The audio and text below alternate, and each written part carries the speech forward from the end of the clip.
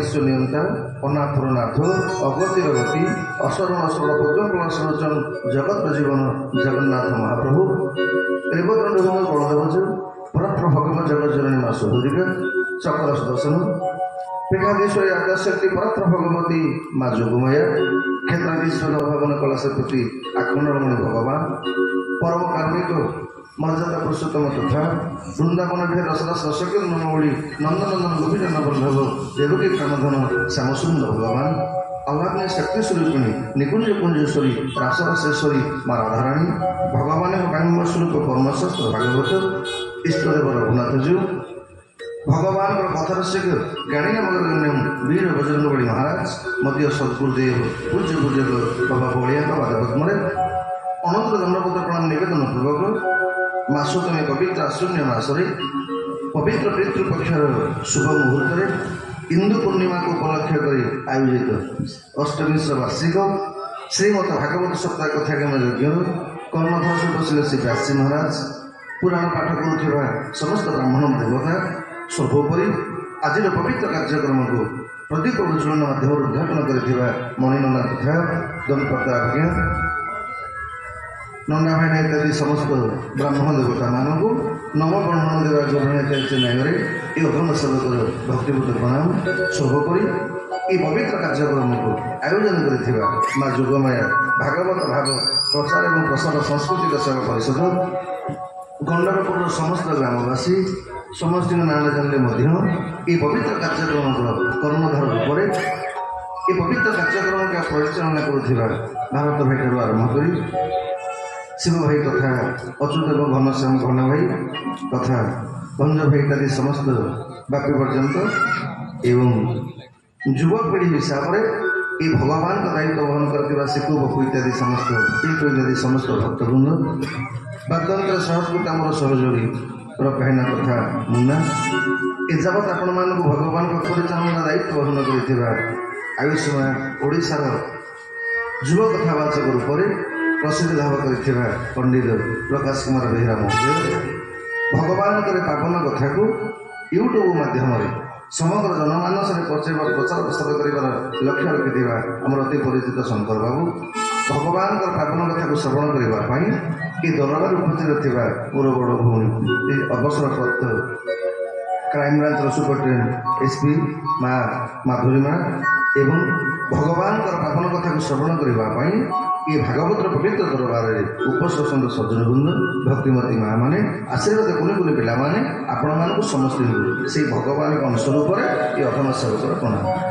ଆସନ୍ତୁ ଭଗବାନଙ୍କ ଅପାର କରୁଣାରୁ ନିର୍ବିଘ୍ନ ଭାବରେ 28 ବର୍ଷର ଷଷ୍ଠ ବିଶ୍ରାମରେ ଆମେମାନେ ଭାଗବତ କଥା ଶ୍ରବଣ କରିବାର ସୁଯୋଗ ଲାଭ କରିଛେ।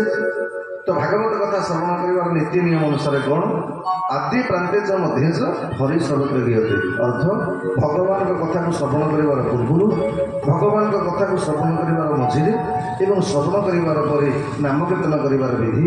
ତ ସେଇ ପରମ୍ପରାକୁ ବଜାୟ ରଖି ଆପଣମାନେ ମୋ ସହିତ 2 ବାର ନାମକୀର୍ତ୍ତନ କରିବେ। ତାପରେ ଯେମିତି ଭଗବାନଙ୍କର କୃପା ହେବ ସମସ୍ତେ କଥା ଶ୍ରବଣ କରିବା ଆନନ୍ଦ ସହିତ, ଶ୍ରଦ୍ଧାର ସହିତ, ଭାବର ସହିତ। ଭଗବାନଙ୍କ ନାମ କେହି କଞ୍ଜୁସି କରିବେନି, ପ୍ରେମ କୀର୍ତ୍ତନ କରିବା।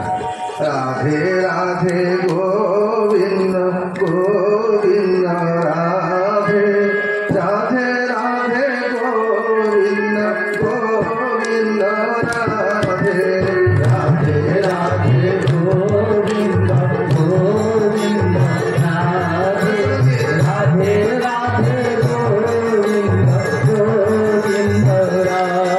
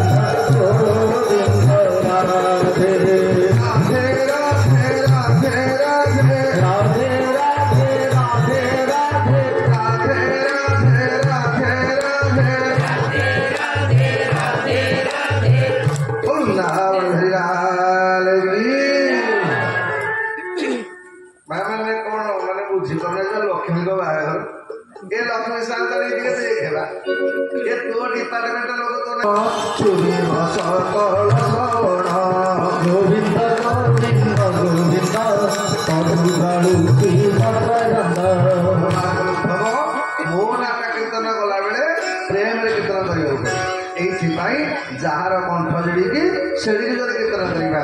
ରାଧେ ଗୋବିନ୍ଦ ଭଜ ରାଧେ ଗୋବିନ୍ଦ ରାଧେ ଗୋବିନ୍ଦ ଭଜ ରାଧେ ଗୋବିନ୍ଦ ରାଧେ ଗୋବିନ୍ଦ ଭଜ ରାଧେ ଗୋବିନ୍ଦ ରାଧେ ଗୋବିନ୍ଦ ଭଜ ରାଧେ ଗୋବିନ୍ଦ ରାଧେ ଗୋବିନ୍ଦ ଭଜ ରାଧେ ଗୋବିନ୍ଦ।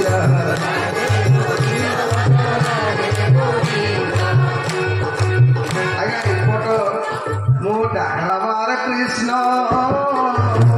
ମଦନ ଚାରି ବୋଲେ ଧାଇ ପାରେ ଚାରି ବୋଲେ ଧାଇ ପାରେ ଚାରି ବୋଲେ ଧାଇ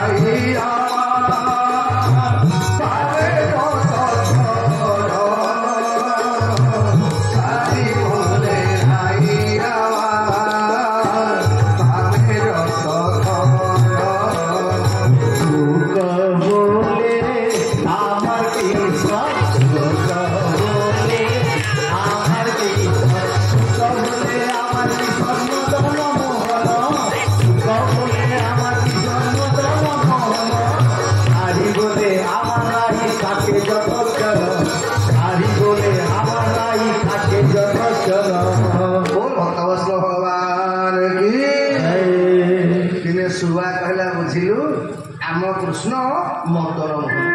अरे शुण ये जगत रे मदन मोहन शब्द अर्थ कौन? आता मदन अर्थ ये दुनिया रे समस्त जे मोहन करि पारंती बोली मदन को मोहन करि पारंती बोली ताको नाटा मदन मोहन आम कृष्ण बड़।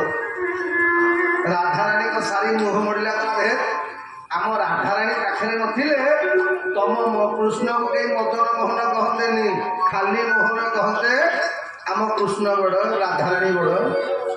छुआ रागिगला कला है तुम राधाराणी किसी शक्ति अच्छी सारी गला कौन शक्ति ना शुणु चुकले आमार क्लाध गिरी धरी फिरिल चुकले आमार कृष्ण गिरी धरी फिरिल सारी बोले भाई आमार छवि संगील सारी बोले भाई आमार छवि संगील ओला जानिछु आम कृष्ण 7 वर्षर होता बेले 7 दिन 7 राति पर्यंत गिरी कोट धारण करते आम कृष्ण बड़े सारी मुह मिला तुम कृष्ण को रूपा जाए कि मो राधाराणी शक्ति तुम कृष्ण टेकी मो राधाराणी बड़ आज्ञा निष्पत्ति हो पारुनि ये राधाराणी बड़ कि कृष्ण बड़ निष्पत्तिटा एवं बर्तमान राधा दल माँ मैंने मोर बसीच अवश्य आम दल टे कम किंतु मोर विश्वास अच्छे आम दलटा जितब आ राधाराणी दलटा हार मान जब हार तो प्रतियोगिता ठीक है जिते गला भाई मैंने आपण कीर्तन बंद प्रकाश बाबू तुम कीर्तन बंद रवि भाईना तुम कीर्तन बंद केवल राधाराणी डिपार्टमेंट लोक माँ मान कीर्तन आरंभ राधे गोविंद भज राधे गोविंद राधे गोविंद भज राधे गोविंद राधे गोविंद भज राधे गोविंद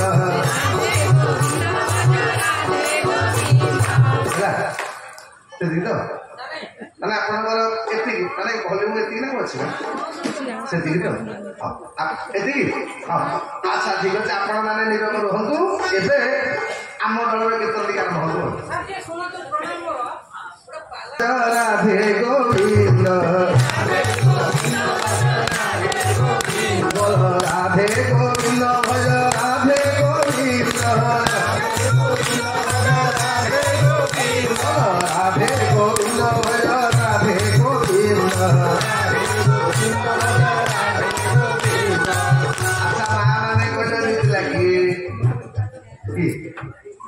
नीतिला माँ मैंने कहली तो सजन गतकाली आम मैंने कथा श्रवण करें जितेबले देवराज इंद्र भगवान को परीक्षा करने 7 दिन 7 राति इंद्र हारीर शरण पशिला गोपे गोविंद नाम रे गला गोपे गोविंद नाम रे गला गोपे गोविंद नाम रे गला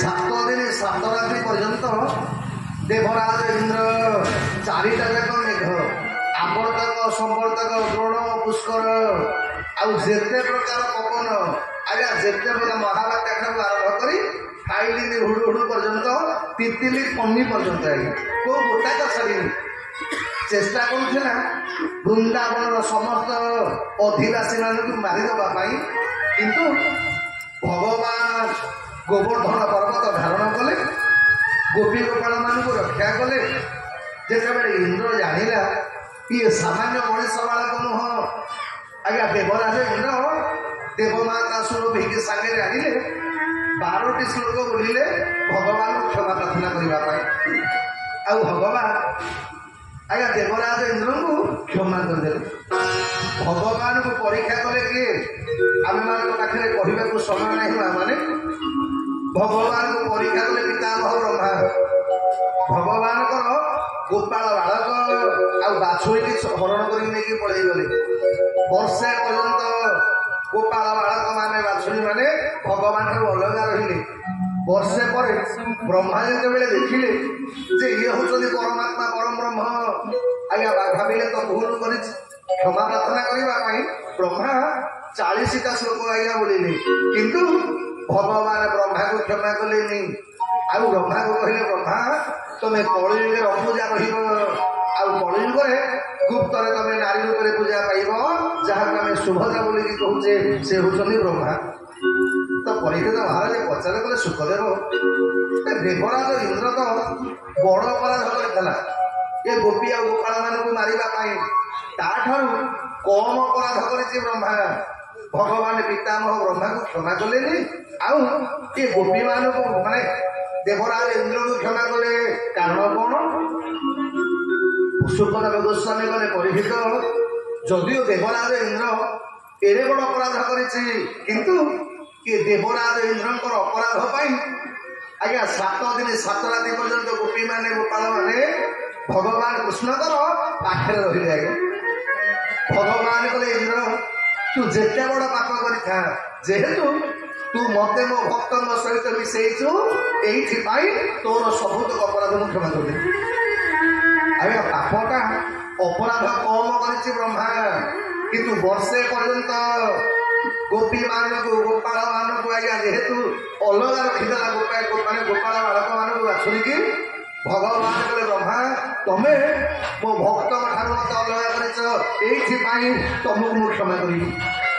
अर्थ कौन जी भगवान सहित भक्त मान को मिसई ये अनुष्ठान को परिचालना करुवा ए वर्ष भारी आनंद लगुच आज्ञा। देखिए जिते प्राय कर्मकर्ता माने समस्ते युवक अवस्था तेणु जो मैंने परिश्रम कर आम मान आज्ञा मंच ठार आरंभ कर चौकी कमे मैंने केमी बसवा आसंता काली गीता यज्ञ प्रस्तुति तो जो मैंने करुँचे आज्ञा से जदि कौन जानत अजाणत किसी पाप भी करदे आज्ञा भगवान क्षमा करदे कहीं कहले आमे से मानक आमे भक्त माने भगवान सहित मिलित होगा चेष्टा करुचे जी भक्त सहित भगवान को मिसई दिए तारी भगवान क्षमा कर दिए।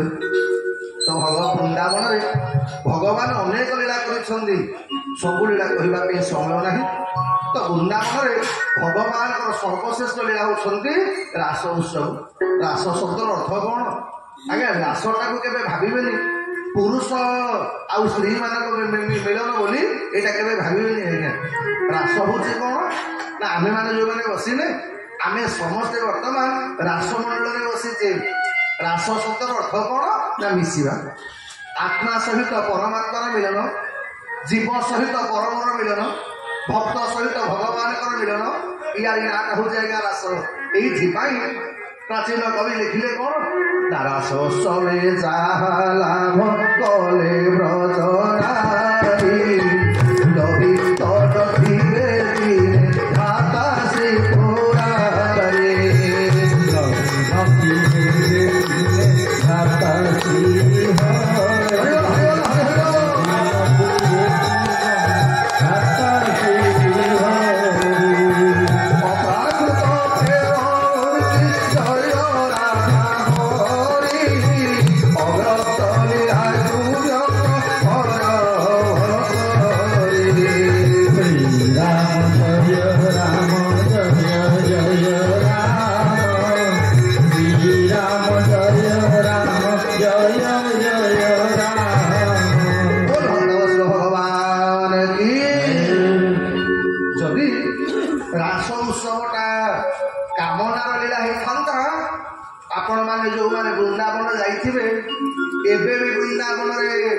भगवान राशेश्वर शंकर भगवान दिन बेले आज्ञा शंकर भगवान वेश हुई आती निजक नारी वेश सज्जित करुँचे।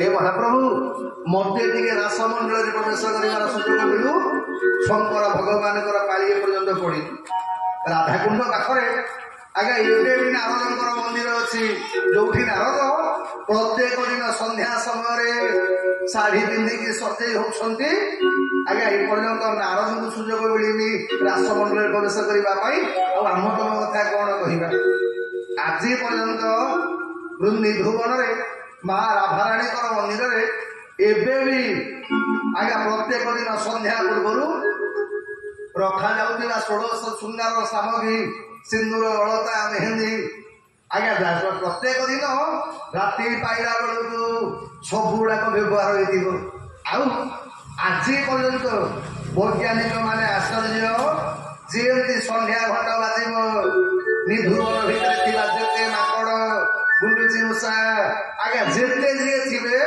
ସନ୍ଧ୍ୟା ଘଣ୍ଟା ବାଜିଲା ମାତ୍ରେ ସମସ୍ତେ ଆପେ ଆପେ ଛାଡ଼ିକି ପଳେଇ ଯିବେ ନିଧୁବନକୁ।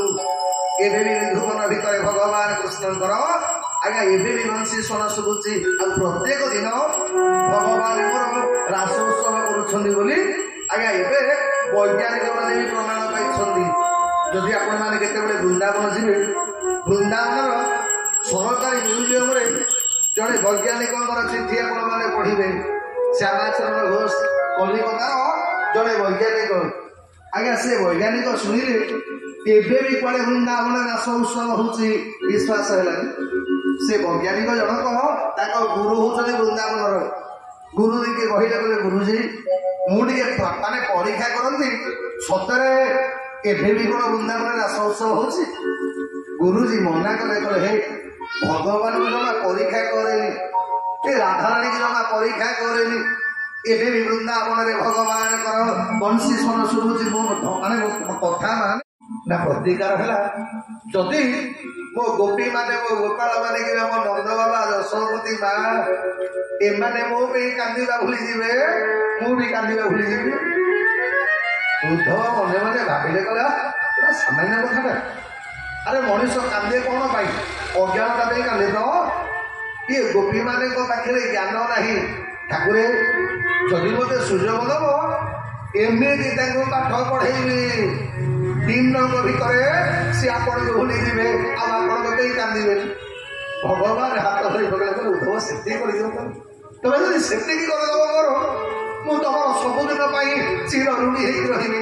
ଘରେ ଖାଲି ମୋ ଗୋପୀ ଆଉ ମୋ ଗୋପାଳ ମାନଙ୍କୁ ଟିକେ ବୁଝେଇ ଦିଅ, ସେମାନେ ମୋ ପାଇଁ ଆଉ କାନ୍ଦିବେନି। ଭଗବାନଙ୍କର ପରାମର୍ଶରେ ଉଦ୍ଧବ ଗଲେ। ଆଜ୍ଞା ଭଗବାନ ଗଲେ ଉଦ୍ଧବ ତମେ ଯିବ ଯେ କିନ୍ତୁ ମୋ ଗୋପୀ ମାନେ ପରପୁରୁଷଙ୍କ ସାଙ୍ଗରେ କଥାବାର୍ତ୍ତା କରନ୍ତିନି। ଏଇଥିପାଇଁ ତମେ ମୋ ଲୁଗା ପିନ୍ଧିକି ଯିବାକୁ ପଡିବ, ମୋରି ମୟୁର ଚୂଳ ପିନ୍ଧିକି ଯିବାକୁ ପଡିବ। ଆଉ ମୁଁ ଗୋଟେ ଲେଖିଦେବି ଚିଠି ନେଇକି ଯିବ, ଟିକେ ମୋ ମାଆକୁ ଦେଇଦବ। ଆଜ୍ଞା ଭଗବାନ ମୋର ଲେଖିବା ଆରମ୍ଭ କଲେ। ସବୁଦିନ ଉଦ୍ଧବ ପଚାରନ୍ତି ମଣିମା ଲେଖା ସରିଲା? ଭଗବାନ କଲେ ହେଇପାରୁନି। ଆଜ୍ଞା 15 ଦିନ ଖଣ୍ଡେ ପଳେଇଗଲା, ଭଗବାନ ଆଉ ଲେଖି ପାଇଲେନି। ଉଦ୍ଧବ ପଚାରିଲେ କଲେ ପ୍ରଭୁ ତମେ ଚିଠି ଲେଖୁଛ ନା ରଚନା ଲେଖୁଛ? ବା 15 ଦିନ ହେଲେ ଗୋଟେ ଚିଠି ଲେଖିପାରୁନ?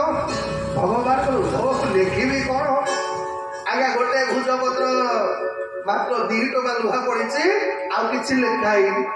ଭଗବାନ କହିଲେ ଉଦ୍ଧବ ଏଇ ଗୋଟାକ ନେଇକି ମୋ ଗୋପୀ ମାନଙ୍କୁ ଦେଇଦବ, ମୋ ଗୋପୀ ମାନେ ବୁଝିଯିବେ। ଉଦ୍ଧବ କହିଲା ଗଲା ବଢିବା ଏଇଟା ନା ଲେଖା ହେଇନି କିଛି। ଭଗବାନ କହିଲେ ଉଦ୍ଧବ ଏ ଭୁଜପତ୍ରର ଭାଷାଟା ତମ ଭଳିଆ ପଣ୍ଡିତ ଲୋକ ବୁଝିପାରିବେନି। ଏଇଟା କଣ ମୋ ଗୋପୀ ମାନେ ପଢିକି ବୁଝିପାରିବେ, ମୁଁ କେବଳ ତାଙ୍କରି ଭାଷାରେ ଲେଖିକି ଦେଇଛି। ଏଇଥିପାଇଁ ଆଉ ମନେ ରଖ ଉଦ୍ଧବ କେତେବେଳେ ହେଲେ ମୋ ଗୋପୀ ମାନଙ୍କୁ କଟୁ କଥା କହିବନି ହେଲା। ସମସ୍ତଙ୍କୁ ବୁଝେଇକି କହିଦବ ମୁଁ ଫେରିକି ଆସିବି।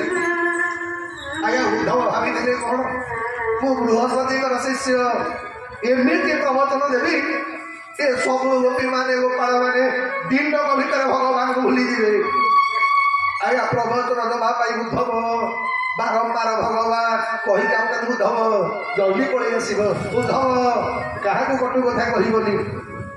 ରଥରେ ବସିକି ଉଦ୍ଧବ ଗଲେ। ଆଉ ଏପଟେ ବୃନ୍ଦାବନର ଅବସ୍ଥା କଣ ନା ବୃନ୍ଦାବନର ଯେତେ ଗୋପାଳ ମାନେ ଆଜ୍ଞା ସବୁଦିନ ରାତି 4ଟାରେ ଉଠି ପଡ଼ିବେ, ଫୁଲମାଳ ଗୁନ୍ଥିବେ। ଫୁଲମାଳଟିଏ ଗୁନ୍ଥି ଆଜ୍ଞା ସବୁ ଗୋପାଳ ବାଳକ ମାନଙ୍କର ଗୋଟିଏ କାମ ମଥୁରାର ଦାଣ୍ଡରେ ଯାଇକି ବସିବେ। ମାନେ ଯୋଉ ବାଟକୁ ମଥୁରାକୁ ଯୋଉ ରାସ୍ତାଟା ପଡିଛି ସେଇଠି ବସିବେ। ସକାଳୁ ସନ୍ଧ୍ୟା ବେଳ ପର୍ଯ୍ୟନ୍ତ ଅପେକ୍ଷା କରିକି ବସିବେ, କାଳେ ଆଜି ପଳେଇ ଆସିବ କି ଆମ କାନ୍ଧା। ଆଜ୍ଞା ବୃନ୍ଦାବନରେ ଯେତେ କୋଳି ବାଚିବ ଏ ଗୋପାଳ ବାଳକ ମାନେ ସବୁ କୋଳି ତୋଳିକି ରଖିବେ। ସକାଳ ଯାଇକି ସନ୍ଧ୍ୟା ହେଇଯାଏ, ଫୁଲମାଳଟା ମହୁଳି ପଡେ, ଭଗବାନ କିନ୍ତୁ ଆସନ୍ତି। ଏ ଗୋପୀ ମାନେ ଗୋପାଳ ବାଳକ ମାନେ ମନ ଦୁଃଖ କରନ୍ତିନି। ବା ଭାବନ୍ତି ଓହୋ ଆଜି ଗୋଟେ କାମ ପଡିଯାଇଥିବ କାଲିକି ଆସିଗଲା, ଏମିତି କାଲି କାଲି ହେଇକି ବହୁଦିନ ପଳେଇ ଗଲାଣି। ଭଗବାନଙ୍କର ଦର୍ଶନ ମିଳୁନି। ସେଦିନ ଯେମିତି ଆଜ୍ଞା ଗୋପାଳ ବାଳକ ମାନେ ସବୁଦିନ ଭଳି ହାତରେ ବାଡ଼ି ଧରିଛନ୍ତି, ଫୁଲମାଳ ତିଆରି ହେଇଛି। ନଜର ପଡ଼ିଗଲା ଦୂରରୁ ଗୋଟେ ରଥ ଆସୁଛି। ରଥଟାକୁ ଦେଖିଲା ପରେ ଏ ଗୋପାଳ ବାଳକ ମାନେ ଆଗ ନାଚି ଉଠିଲେ। ଡାକ ବଗଲାରେ କିଏ କୋଉଠି ଅଛରେ? ଏଇ ଆଜି ଆଇଲାଣି ନା କଣ? ଠିକ ଏତିକି ବେଳେ ଆଜ୍ଞା ମୟୂର ଚୂଳଟା ଦେଖାଗଲା। ଯେମିତି ମୟୂର ଚୂଳ ଆଉ ପିତାମ୍ବର ଉପରେ ନଜର ପଡ଼ିଗଲା, ଏ ଗୋପାଳ ମାନଙ୍କର ଆନନ୍ଦ କହିଲେ ନ ସରେ। ଆଜ୍ଞା ବାଡ଼ି ଚାରିକି ସମସ୍ତେ ଡେଇଁଲେ। ଏତେ ଦିନ ପରେ ମନେ ପଡ଼ିଛି ଆଜି ଆସୁଛି। ଆଜ୍ଞା ଯିଏ ଯୋଉଠି ଥିଲେ ଦୌଡ଼ା ଧପଡ଼ା ହେଇକି କିଏ ଆଗକୁ ପଳେଇବେ।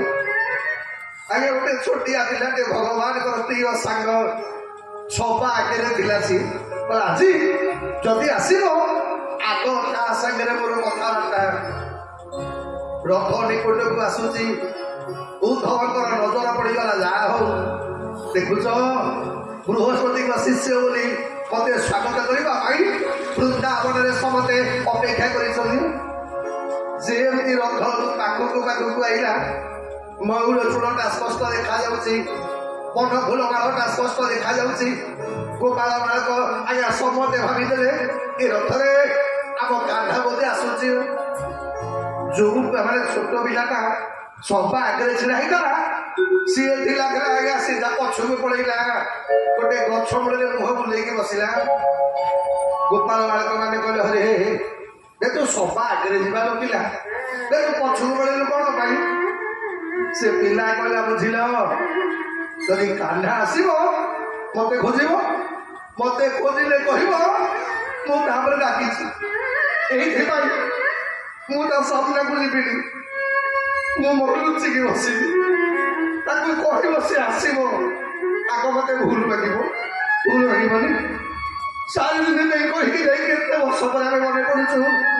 ଭୁଲ ମାଗିଲା ପରେ ତାପରେ ତା ସାଙ୍ଗରେ କଥାବାର୍ତ୍ତା। ଆଜ୍ଞା ମୁହଁ ବୁଲେଇକି ବସିଥିଲା କି ଯେମିତି ନଜର ପଡ଼ିଗଲା, ରଥ ଆଉ ଟିକେ ପାଖକୁ ପଳେଇ ଆସିଲା। ସେ ପିଲା ଯାଇକି ଆଗରେ ହାଜର। ସମସ୍ତେ କହିଲେ ହଇନି ତୁ ରାଗିକିରି ବड़ा ଆସୁନଥିଲୁ, ପୁଣି ଆଗକୁ ପଳେଇଲୁ କଣ ପାଇଁ? ବୁଝିଲୁ ବହୁତ ହେଲା ତାକୁ ଦେଖିଲୁ, ଆଉ କଣ ମନ ସମ୍ଭାଳି ହେଲା? ଆଗ ତାକୁ ମନ ପୁରେଇକି ଦେଖିଦେବି, ତାପରେ ଅଭିମାନ କରିବି। ଏମିତି ସମସ୍ତେ ଉତ୍ସୁକତାର ସହିତ ଅପେକ୍ଷା କରିଥିଲା ବେଳେ ତା ଭିତରେ ଗୋଟେ ପିଲା କହିଲା କଲା ଇଏ ଆମ କାହ୍ନା ନୁହଁ ବା। ଜଣେ କଲା ଅଲେଖାଟା ସବୁବେଳେ ଅମଉଳିଆ କଥା କହୁ କାହ୍ନା ନୁହଁ, ତୁ ଯାଇନୁ କେମିତି?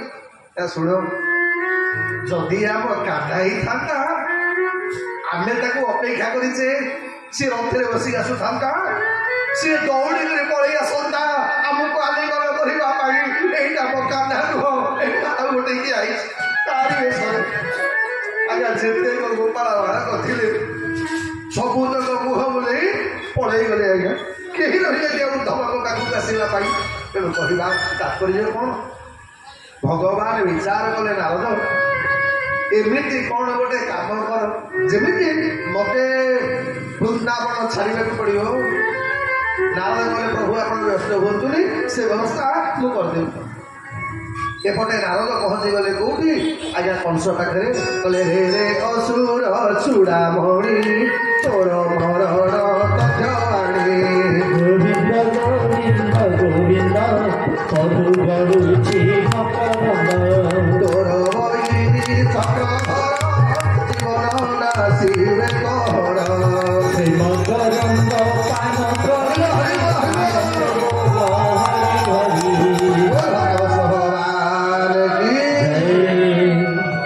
ଆଜ୍ଞା ରାତି ଅଧରେ କଂସର ଅନ୍ତପୁର ଭିତରେ, ଅନ୍ତପୁର ମାନେ କହିଲେ ବୁଝିଲ ତମେ ବେଡୁଟା ସିଧାସଳଖ ନାରଦ ହାଜର କହିଲେ ହରେ ହେ କଂସ ତୁ ଶୋଇଛୁ? କଂସ କହିଲେ ରାତିରେ ଶୁଅନ୍ତି ନା ଆପଣ ମୋବାଇଲ ଖେଳୁଛନ୍ତି ନା କଣ? ରାତିଟା ଶୋଇବା ପାଇଁ ହେଇଛି ନା। ବୁଝିଲୁ ଦୁନିଆରେ ତୋ ଭଳିଆ ବୋକାକୁ ବ୍ରହ୍ମାଣ୍ଡରେ କୋଉଠି ଦେଖିନି। ନିଦ କେମିତି ହଉଛି ରେ? କଂସ କହିଲା କାହିଁକି ନା ରେ ତୁ ଜାଣିଛୁ ତୋ ଶତ୍ରୁ ଆସିକି 11 ବର୍ଷ ହେଲାଣି, ଜାଣିଛୁ ତ ତୁ? କଂସ କହିଲା ନାରଦ ମୋ ଜୀବନରେ ଦୁଃଖ ହେଲା एपर्यंत मु कन्फर्म हो पाइलिनी मोर शत्रुटा किए रावण कले बुझिलु तो भाया बोका लोक मु ब्रह्मांड देखी अरे तू शत्रु को छोट भावुचु मने रखे 9टा जे पदार्थ ताकू छोट भाविबनी ना कौन ना मणि मंत्र चमौषधि आम शास्त्र कहले आज्ञा मणि तो रत्न को छोट भाविबेनि बा एड़िके टिके डायमंड माने हीरा कोटी कोटी टंका तेणु रत्न को छोट भाविबेनि 2 नंबर कौन रोग को छोट भाविबेनि आज्ञा छोटिया रोगटे चिकित्सा न कले दिने बड़ रोग परिणत हो आपण माने ऋण करते लोन को छोट भाविबेनि एई छोटिया लोन दिने चक्कर कंपाउंड इंटरेस्ट आगे मूल बढ़ी शत्रु को छोट भाविबेनि आउ साप को छोट भाविबेनि औषध को छोट भाविबेनि जो मान ब्लड प्रेसर थब माने ब्लड प्रेसर औषध केड़ी अच्छा कहबे हाँ एडिके औषध जाऊे मेचे 20टा खंडे खाईदेवी खाइले कौन हम तेणु औषध को छोट भाविबे तू शत्रु को छोट भावुचु शुणु तू मु केवल सबुतक गुप्त कथा ते कहे बोली देवता माने मते भल पाइलेनी तोर शत्रु किए मु जानी साइली कंस गला तो शत्रु किए नाचा कंस कहलु तो भौणीटा अष्टम गर्भे कौन जन्म देला कंस कहला बोला मुझे निजे देखी गोटे झीटे जन्म देला मु माइला बेलू आकाश को पड़े गला कौन नारद कले बुझिलु बोका तू एपर्यंत से पुराणा मेथड अच्छु आबे हे तू भागुलु तो भौणी भिड़े बोका ना रे अरे शुणु तो भौणी अष्टम गर्भटा झील नुह गोटे पुओ नारद आज्ञा कंस धरला नारद सत कहूच सत माने अरे नंद घरे जो 2टा नहांती से 2टा जाक नंदर संतान नुहरे तोरी भौणीर संतान तू हत भागा लक्ष्य रखीचु देखा बेलू चोरता बाटे पड़ी ते लाज टे मैडम घरे जानी पारुनु यही आज पर्यंत जिते जहाँ तो पठेलु किए से गोटे बचिक आईला कंस कला आगे क्रोधरे कंस दांत बड़ बड़ कला कला नारद एबे जाऊँ जी आग देवकी वसुदेव को हाणिबी तार जो कथा कंस नारद कला ताकू हाणिकी लाभ कौन करे ताकू पछरे हाणिबू जदि मारिबार अच्छी आग से कृष्ण बलराम को मारे कंस कला नारद से गोटा कत प्रोब्लेम ना कौन ना मु तो अभिशाप पाई वृंदावन को जापरि आते जहाँ को पठेली सब जग जोशियाड़े रही रिटर्न टिकेट कार ना करी कौन नारद कला तू सीना जापरि से पिला दिने गोटे केठी ना केमी गोटे काम करे गोटे धनु यज्ञ करे आ धनु यज्ञ से 2टा को डाकिकी आने ये सफा कर आंठुआ गोपाल पेटुआ लवणी चोरटी नटकुटी आसे आंठुआ गोपाल पेटुआ लवणी चोरटी ऋणधारू सुषमेरु धारू धरू किए तार सोम चढ़ती बड़ ठाकुर देखी छटी काली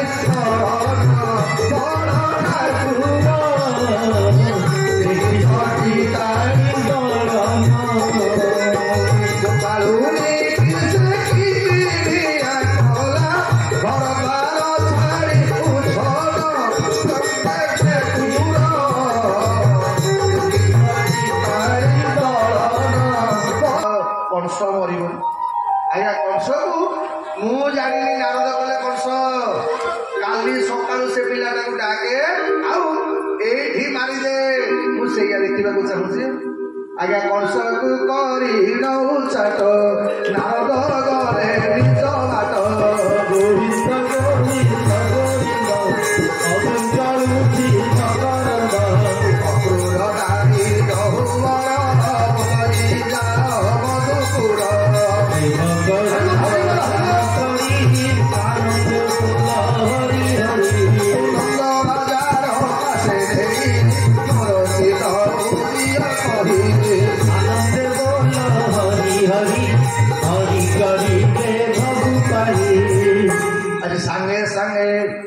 कंस सांगे सांगे गोटे सभा डाकिला समझे कहला रे शुण मो शत्रु किए मु जागली नारद मते कहते मो शत्रु होती नंदनंदन आसंता काली डाकवा पड़ो जे आम भितर जीव किए ए बापा माने माँ माने मथुरा कटक एत लोक कहीं जावाक माने समर्थ हेले कहीं ना वृंदावन को जीवार सौभाग्यटा सम्मति भाग्य मिले वृंदावन किए आमे माने जो बर्तमान बसिले हे बापा माने माँ माने ये स्थान हूँ वृंदावन जोटी भगवान कथा गान हुए सेटा वृंदावन जीवन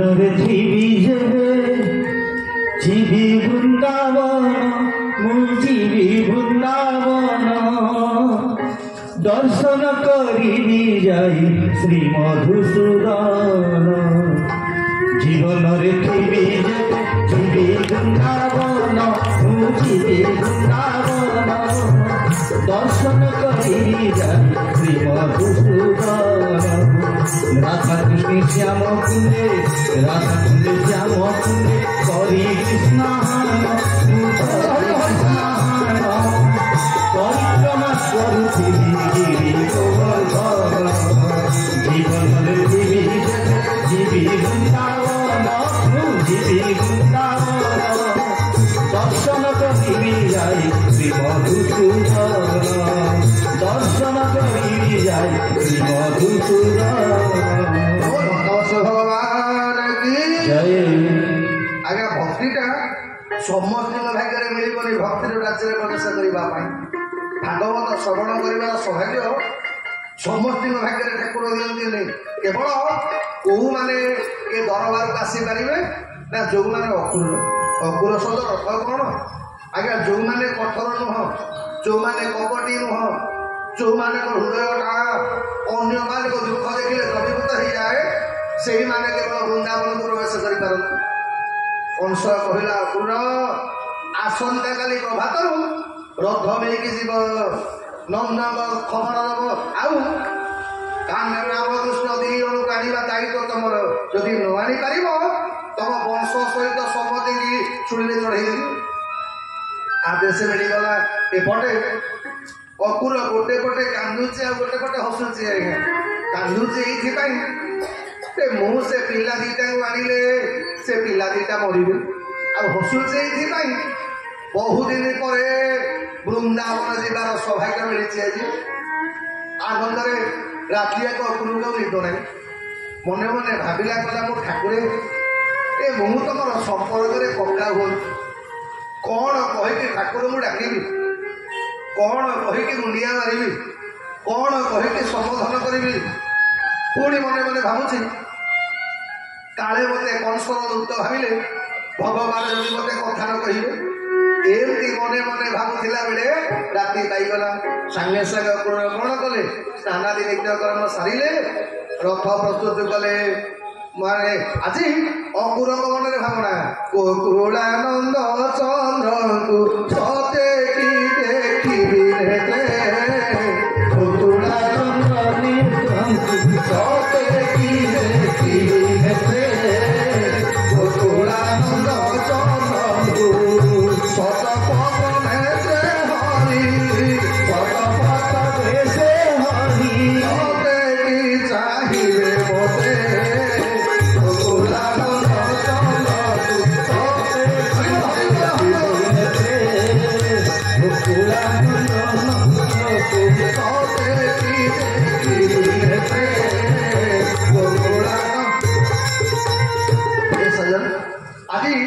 अकुर भगवान को कई व्याकुल होमती भगवान मोर देखा हुए केमती भगवान कौन कहली कौन कह संबोधन करी एपटे अकुर राति जाक भगवान कथा भावुची सेपटे भगवान राति जाक शोना आपण मान प्रथम दिन कही आज भी कहूँ आमे भगवान को जमीती भल पाइबा मो ठाकुर आपन को सेमती भल पाइबी मु कौन पे कहे आज्ञा आपण मैंने कीर्तन कले मोर लाभ किसी हम लाभटा आप कौन कहले आपण मैंने कीर्तन कले आपण कथा को मो भगवान मन पकड़े अरे जीवन में आमे जदि भगवान को सबुदिन मन पकड़ा ए कोउ दिन तम भगवान मन पड़ी कथा ए मंडल अमुक लोक ए सजन भाई आमको मो कथा मन पकारे टिके तो भगवान कान में पड़ी कथा तुम ठारे नहीं छिमु शरण कृपारे हुअना आउ कृपण तुम ठारे नहीं छिमु शरण कृपारे हुअना आउ कृपण जड़ा सुरे मुझे मल्हार बाजे नाची बाजे तुम दुनिया तुम्हें जे मनुआ मन थरे मानी गले परसी जीव हे श्रीक्षेत्र मेघ सबुते परसी बाला हे श्रीक्षेत्र मेघ सबुते परसी बाला